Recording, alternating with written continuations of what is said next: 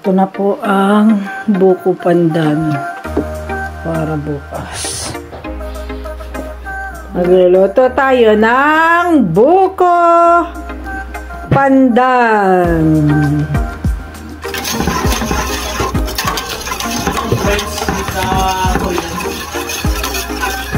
Ito na po, minix ko na sa 6 cups ang isang sachet. Bali, dalawang sachet ito ay 12 cups, 3 liters. 1.5 liter daw kada isang sachet. So, pag naluto ay ating isasalin at patitigasin. Hayaang mag-set. Dahil gusto ko ay may tamis ang gulaman, nilagyan ko siya ng 3 cups of sugar.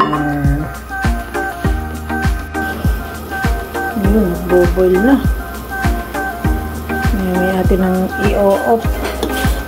Sobrang bulakan ng buko pandan gulaman.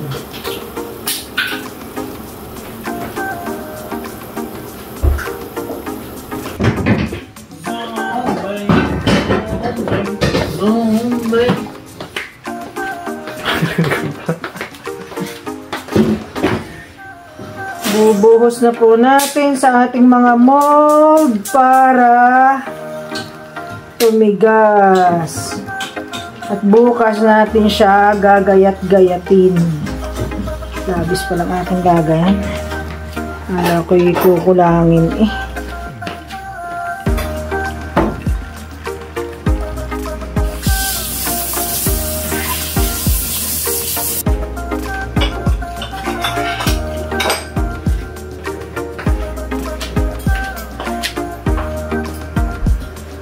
Ito nga dyan sa isa. Okay.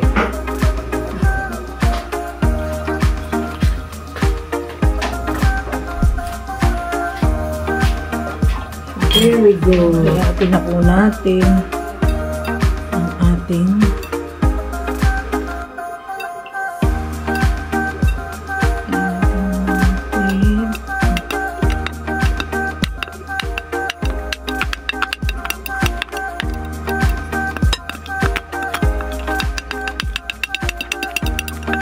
balik na ang first one. First unahan. Sa buko.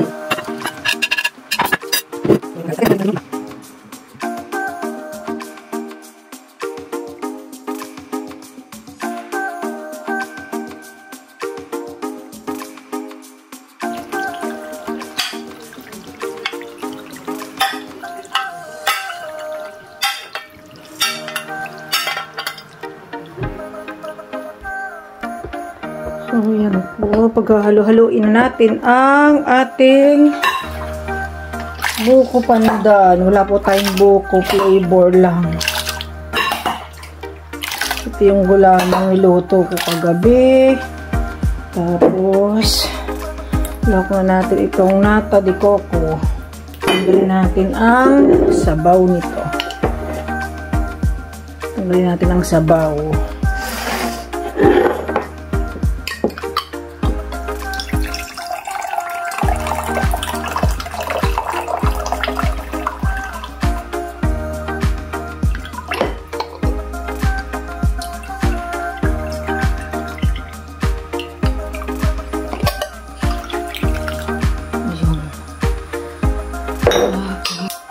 Some condensed milk. Condensed milk.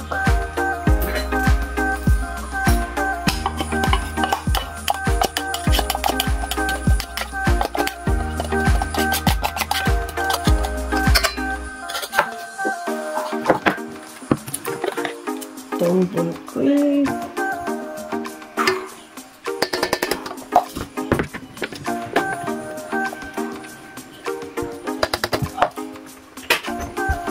At ang ating nilagang sago. Naku, mainit pa ang nilagang sago. Pwede ito na. Nilagang sago. Agad yung sago.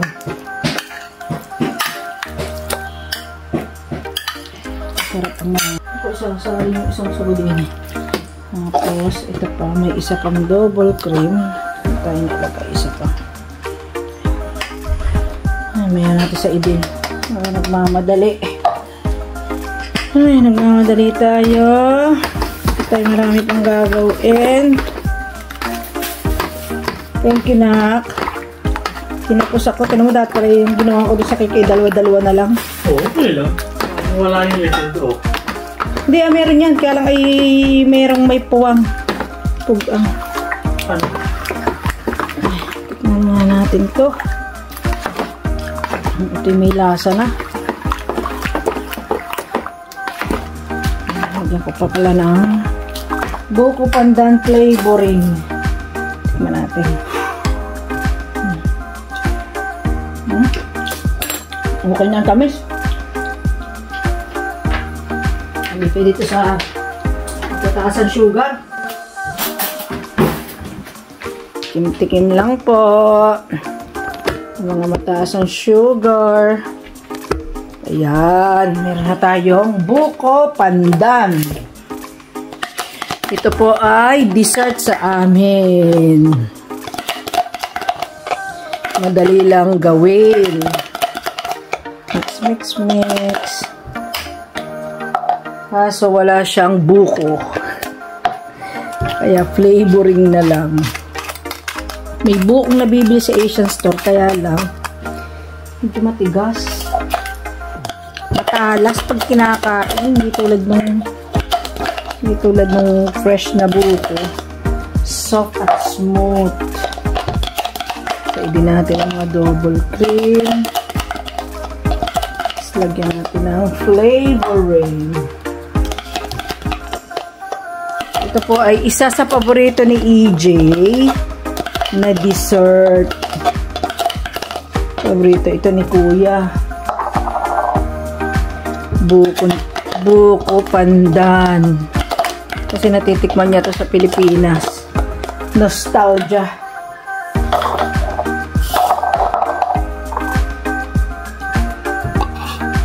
Bring back the memories in Pinas. Diba? We'll bring you back to Philippines. Buko pandan. Ayan. So, kulang na lang ay flavoring. So, ang ginamit ko po ay dalawang Mr. Gulaman. Kala natin. Dalawang Mr. Gulaman ang ginamit ko. Tapos, 4 na double cream at isang condense. Buko na lang ang nawawala. Ilahat na natin to. Magagawa na lang ng panghalo-halo. Ayan. Ay! Muntik na lumabog ang aking kutsara. Ay! Tawag natin ang towel. Ayan. Ito na po ang buko pandan. Ay! Kulang na lang ay flavoring. Lagyan natin ang flavoring. Ito po ay may flavor lang ng ano. Buko yung pinaka Mr. Gula. Tapos kuha tayo ng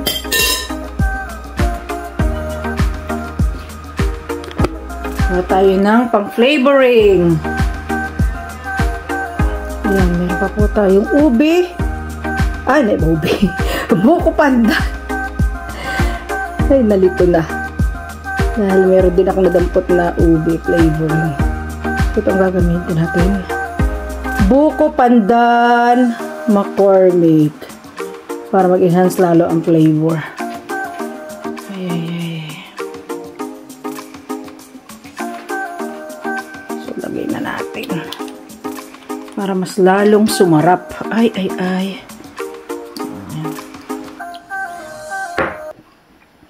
Ating panghalo.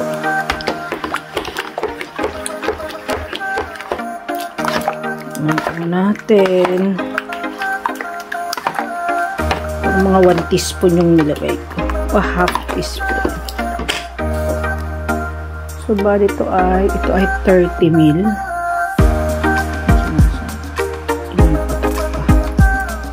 Yun.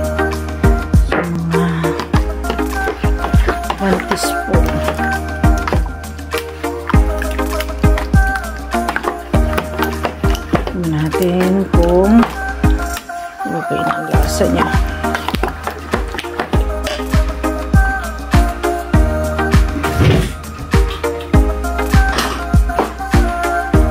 Lalagay po tayo ng patikimang maliit. Yan. Titikman natin sa ating boss.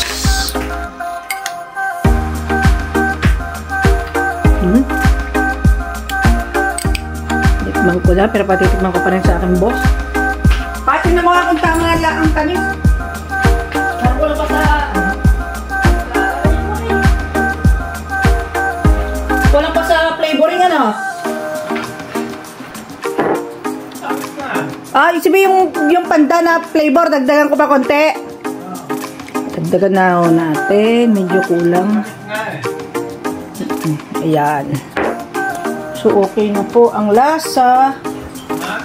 Matamis na.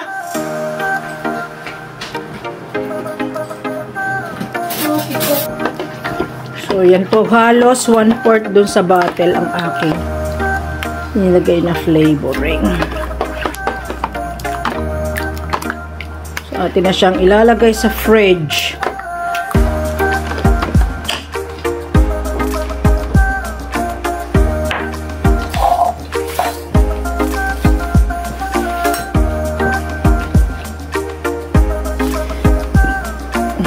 Sasali na po natin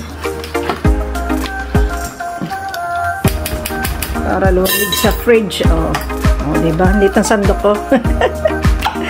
Ay, the magic sandok. Binili ko po ito sandok na ito para kay Elmar na pagluluto. Para pag nagsasalin, ay, ang madaling magsalin. Malaki agad ang kuha.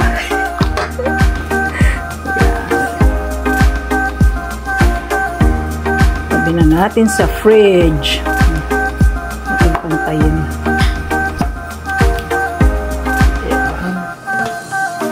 Tignan natin ang gulaman. Ayun. Paborito ni Kuya ito. Ay, ang dami. Dami pala ng 2 gulaman.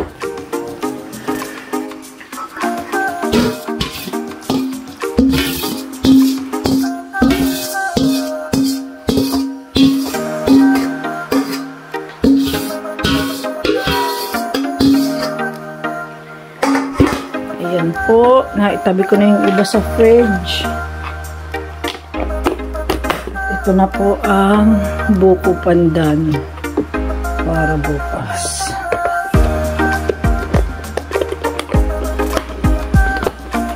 Ayan, ice cream. Ready for tomorrow.